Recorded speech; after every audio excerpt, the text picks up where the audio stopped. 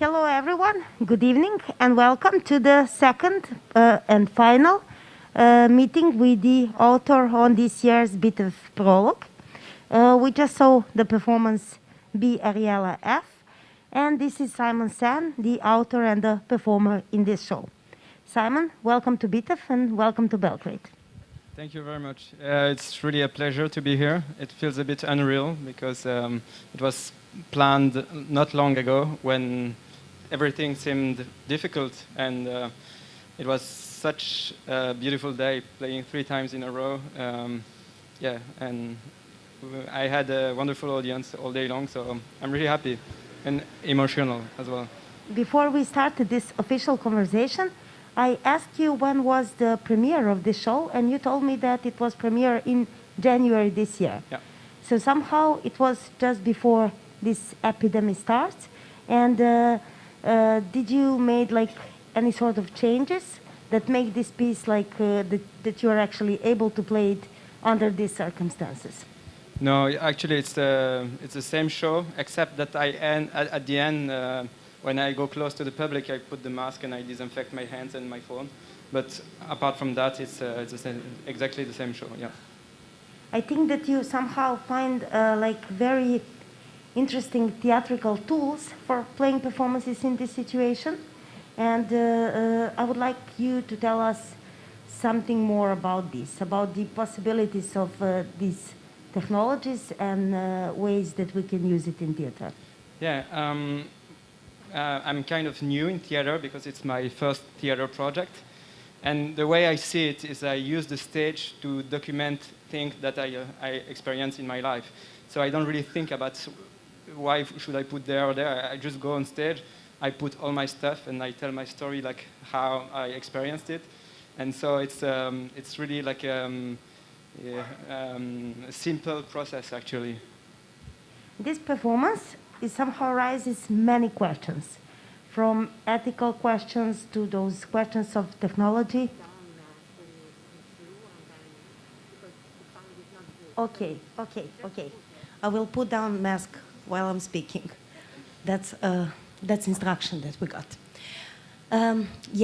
I told that your performance is raising many questions, from the ethical and legal questions, questions connected to the notion of body and treatment of body, also idea that we are not, I think, still familiar with of that market with the replicas of a body. But in the end, I would like to ask you, what of those questions was the most intriguing or the most important for you personally? I think the story I tell in the show is one specific example of something that is really broad. And if you look at how people put kind of their life on the internet, like all the data that we put about ourselves online, is like, it could be an image, but it could be also details about ourselves, things we say, and we lose control of everything. And that's on a broader way, that's all those issues that I also wanted to address. In these times, like we are all facing the idea that technological development that we live in is somehow not followed by our like ethics connected to the using of that technology.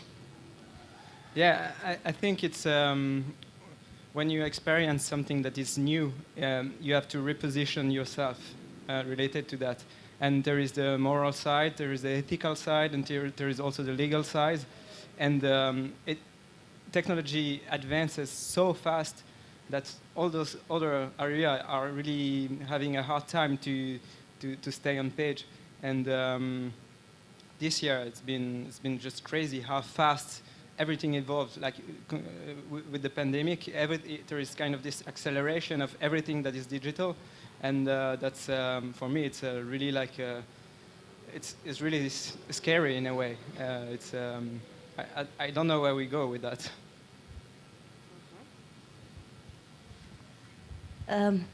I was curious to hear something about your relation to Arijela F.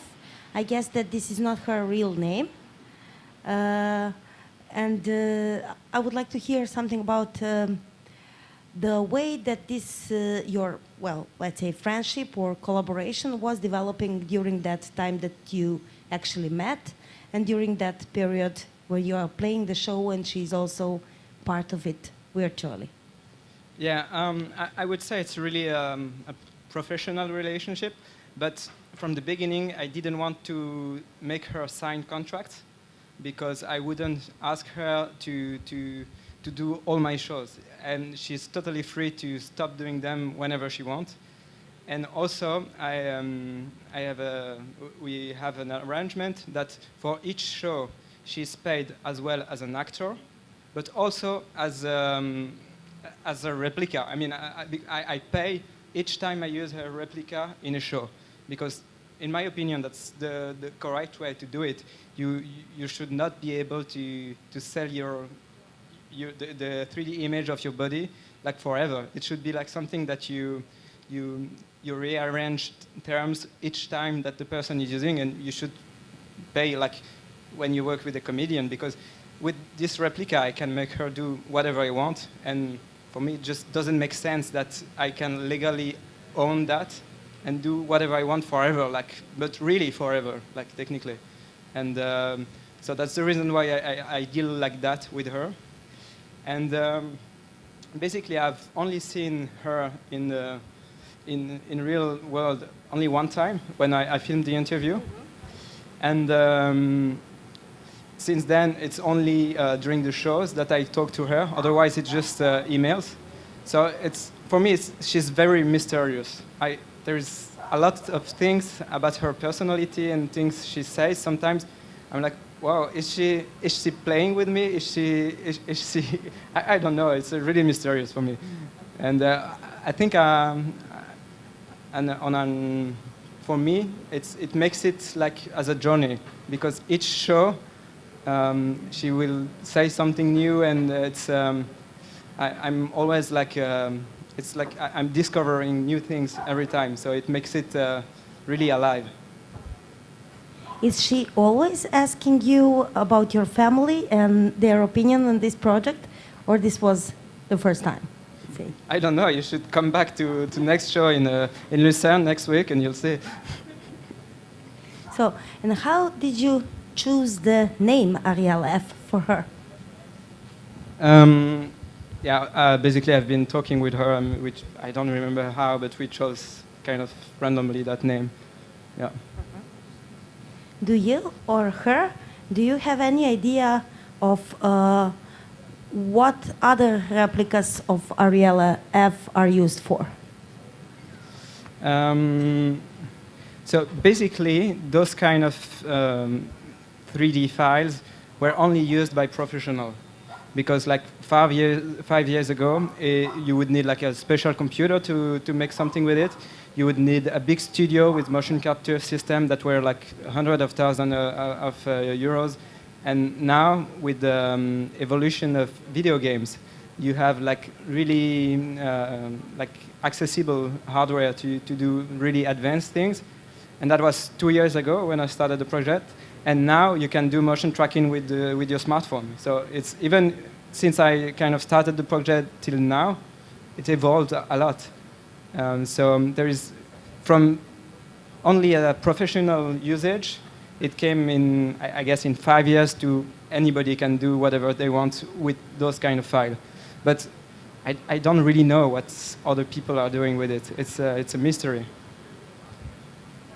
I would also like to ask you a question that you are asking her in the show. If you would be in that position to have your own replica of your own body, what would you like your replica to do or to be used for? That's a good question. I think I would like to give it to other people that want to experience things, because maybe somebody wants to have my body and I could lend it, or somebody wants to feels like somebody wants to have a male body and that person wants to try my body. So things like that. I'd be really happy to give my body, virtual body, to somebody else if they want to experience something with identity or stuff like that. I think a very important layer of this lecture performance is connected to the gender and your experience of being in a female body. So what can you tell us about that? Yeah, it feels wonderful to feel good in your... I feel good in my male body, but I know that in my mind and virtually I can also feel good in a woman's body. And for me it was... When I experienced that, it was kind of mind-blowing because I never thought that one day I could feel something like that. And it was really like a really strong feeling, and it was really big, like deep emotions that I felt. And for me at the beginning, it wasn't making sense because I was surprised to have so many emotions when I was only connected to another computer. In my mind, it was only possible to feel stuff like that when you were connected to another person. And it really changed everything, the way I see things now. And, but that experience of being Arijela was really strong only the first time. When I go back in her body, I don't feel the same. But when I am on stage and I tell it, it's a way for me to feel again those emotions. And I think that's part of the reason why also I wanted to use the theater stage for that project, because it was a lot about technological stuff, but at the end it was technological stuff that make me feel emotions. So the stage for me is the perfect place to feel emotion and to share it. And yeah, I really enjoy every minute of it. Do you spend some time in Arijela virtual body aside of this show? No, as I said,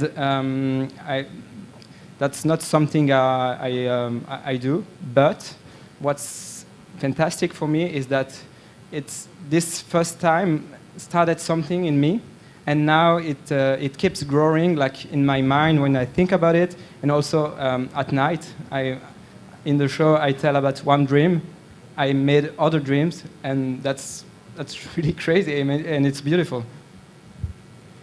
At the beginning of the show, you are telling about your idea to put audience in a situation to try out that body. So what happened with that idea in the process? So the first tryouts I made with the show, I asked the audience if they wanted to try. And then I realized that what I feel is the most interesting and touching for the audience, and also for me and for Arijela, was just to do something very simple, just be face to face and talk. And I really love that because the way I know Arijela now is a lot related to the audience, because each time I see her, except for the first time, there is the audience. And I think she gets to know me thanks to the audience telling her about the show, because she's never seen the show. So she's only heard about the show from the audience. And yeah, for me, it's a really nice relation, really nice triangle. Okay. I have many questions more to ask you, but I would also like to encourage audience if there are some questions and comments. Please, Ksenia. Firstly, thank you so much for the show. I deeply enjoyed it, really. I was just wondering, because for me, it was really a pleasure to see a piece that is kind of so devoid of pretension and so kind of personal or at least that's the way I saw it, from the beginning to the end.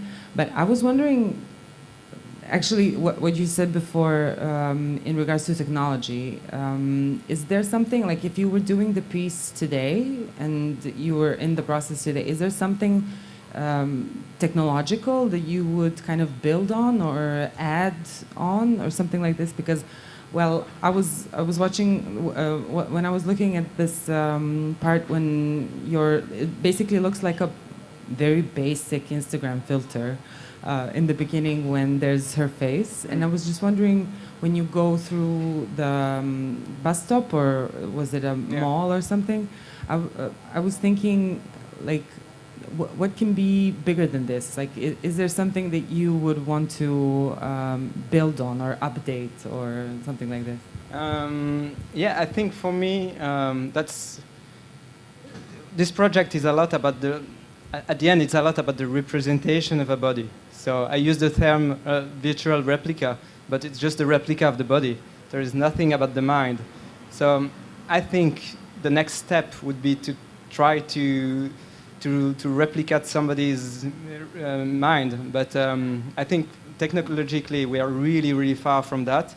But I've been working with some programmers that try to generate AI with the help of all the data from the person.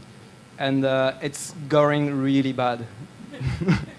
Because it got completely, we lost the control of the AI we created, and it was, this AI was saying only mean stuff, and it turned Nazi at some point, and we had to shut it down. And it was really scary because we didn't know why it happened like that. It didn't make sense, and we asked a lot of professionals, and nobody know. So it's like, yeah. Okay. Somebody else? Questions, comments? Okay. Considering this development of artificial intelligence, you just used the word it's going really bad. So this is basically what I also wanted to ask you about your, let's say, predictions of the future in that. Yeah. Okay, my prediction of the future is a hope. I really hope that maybe in 10 days it's a trend for kids not to have smartphone. That I hope that in 10 days the cool kids won't have a smartphone. Okay. I would also like to ask you, since this is your first theater project, what kind of representational modes did you discover, and what kind of representation would you like to explore a bit more in your future theater work? Basically, it's as I said before, it's really the direct contact with the audience that I like, with the live aspect of it, and that's really something I want to keep exploring. And I'm kind of in early stages of new projects, and yeah, I'm searching new ways to interact with audiences. But yeah, everything is complicated nowadays. I mean, especially if you want to do interaction. Okay, guys. Yeah, Ivan Medenica.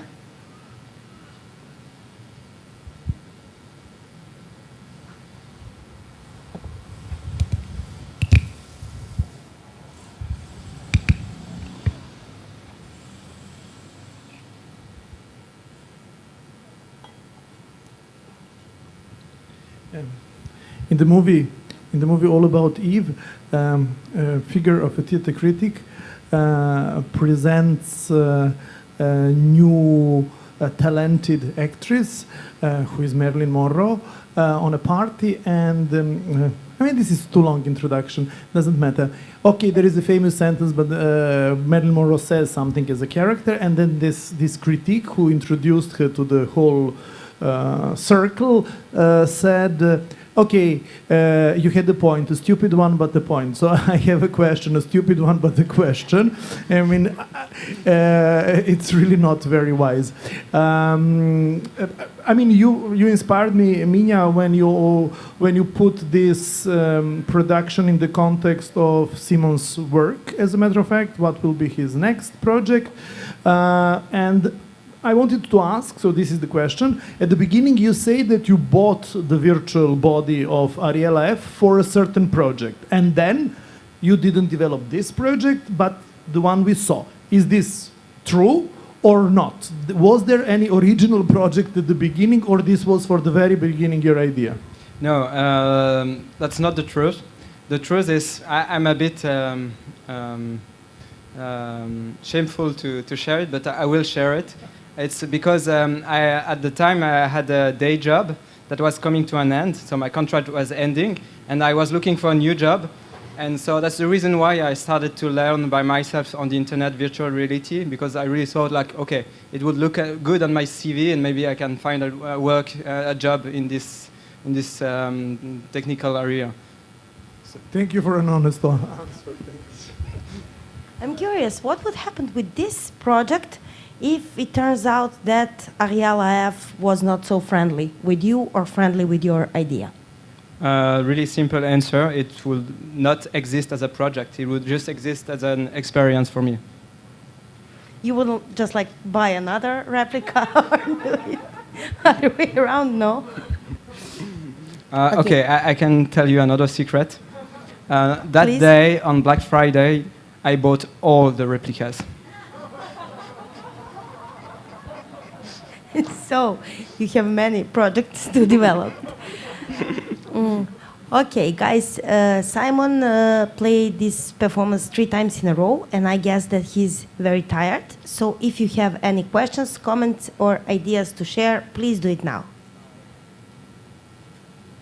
No? Nobody? Even Medenica another time? There is something very touchy. I don't know whether you had time to realize the context. So you are at Bitef-Prolog, which means that we couldn't make the festival this year as we planned to do it, but still we wanted to have a festival. And as the artistic director, I have made with my colleague, festival dramaturg Filip Vujošević, we have chosen at the very beginning of this process of selection Uncanny Valley by Stefan Kegi year and a half ago. And then I was introduced to your project by Théâtre Biti de Lausanne, who is your co-producer, and I immediately said, yeah, these 2 productions have to go together. That's obvious. They're like replicas. I don't say that you're a replica of Kegi. Maybe Kegi is a replica of yourself. You're reflecting each other concepts. But which is really touchy, and I would like to close this discussion with kindly asking you for an applause. This was for all the team a very stressful experience, and I would like to express my congratulations to Bitef team for managing to do this in unbelievable circumstances. And I mean, this is a theater festival, and you are the only human performer of this festival. So we are very happy to have you, because you are the festival somehow. So thank you for being the only human on the stage in these very, very bizarre circumstances. And yeah, thanks a lot. Thank you.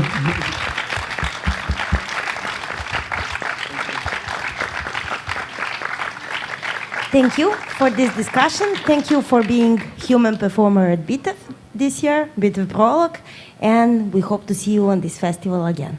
Thank you so much, and congratulations. Thank you. I would like to thank everybody working at Bitef. It was an amazing day. For me, it's unbelievable to be able to do all that in one day, and it was just a pleasure to work with you. So see you again soon.